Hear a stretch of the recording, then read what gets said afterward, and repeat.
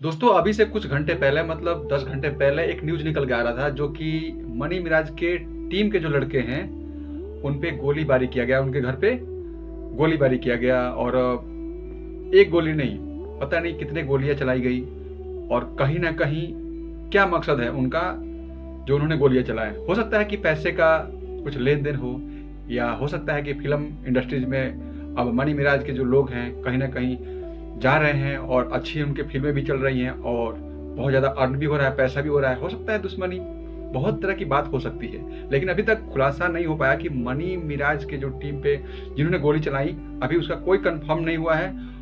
कुछ चीज़ें निकल के आ रही हैं, लेकिन पुलिस वालों का कहना है कि सब चीज़ को निकालेंगे तभी जाके हम उजागर करेंगे।